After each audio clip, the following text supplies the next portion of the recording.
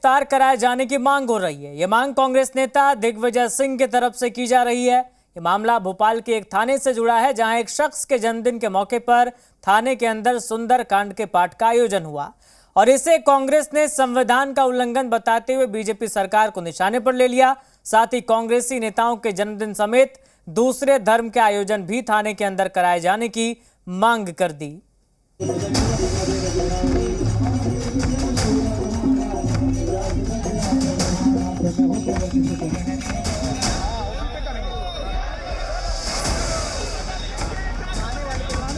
कहते हैं कि मौका कोई भी हो, सियासत अपने रास्ते तलाश ही लेती है।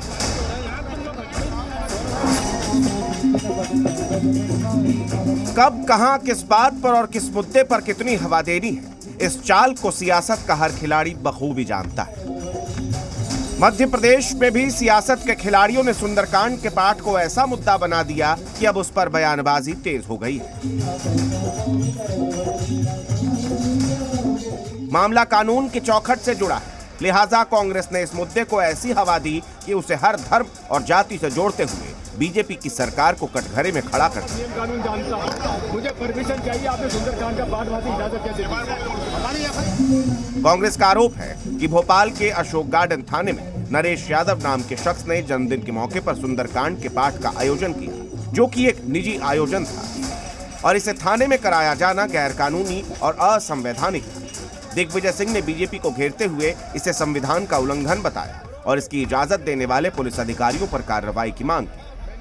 बात यही है, ये पूरी सरकार पूरे तरीके से संविधान, सर्विस कंडक्ट रूल और नियम कानून के खिलाफ है और मैं चेतावनी देना चाहता हूं सारे सरकारी कर्मचारी और अधिकारियों को, अगर उन्होंने इसका पालन नहीं किया संविधान का, तो हम कांग्रेस पार्टी इनको नहीं बख्शेंगे।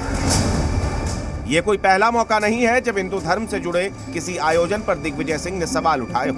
मुस्लिम वोट बैंक को साधने की कोशिश करते रहे दिग्विजय सिंह इससे पहले भी कई ऐसे बयान दे चुके हैं जिसमें उनके निशाने पर हिंदू रहे। इस बार भी दिग्विजय सिंह साफ कह रहे हैं कि अगर थाने में सुंदरकांड हो सकता है तो गुरु नानक जयंती और बकरीद पर रोजा इफ्तार भी होना चाहिए।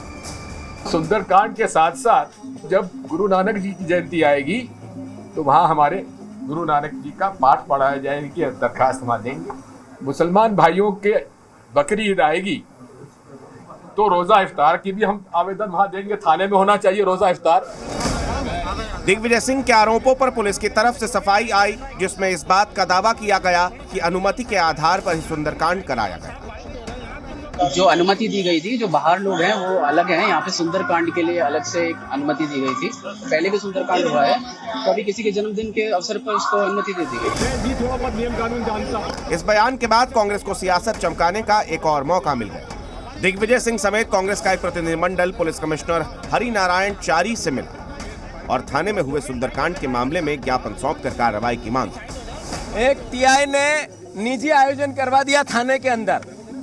हमने कमिश्नर साहब को कहा है कि या तो पूरे भोपाल में निजी आयोजन की हमें अनुमति दें, हम भी पूरे थानों में एक साथ अपनी धार्मिक परंपराओं के साथ अपना आयोजन करना चाहते हैं, या फिर सर्विस बुक का पालन करें। वहीं पुलिस कमिश्नर ने थाने में हुए निजी आयोजन को गलती मानते हुए कार्रवाई का दावा किया। सामान्य तौर पर थानों में, कई थानों में जहां बहुत सारे मंदिर हैं, मजार हैं, अनेक दूसरे कई जो धार्मिक स्थल हैं, उस तरह के स्थल पूर्व से थानों में मौजूद हैं। इन जगहों पे आयोजन होते हैं, लेकिन इन जगहों पे निजी व्यक्तियों को समानता अनुमति नहीं दी जाती है। तो थाना प्रभारी के स्तर पर ये त्रुटि हुई थी और इसके लिए थाना प्रभारी का स्पष्टीकरण लिया गया है और उनके विरुद्ध कार्रवाई की जाएगी। कांग्रेस नेताओं की मांग है कि अगर किसी एक शख्स को ऐसे आयोजन की अनुमति मिल सकती है तो दूसरे धर्म से जुड़े लोगों को भी इसकी इजाजत मिलनी चाहिए। साथ ही कांग्रेसी नेताओं को भी थाने में जन्मदिन मनाने का परमिशन मिले। Bureau report.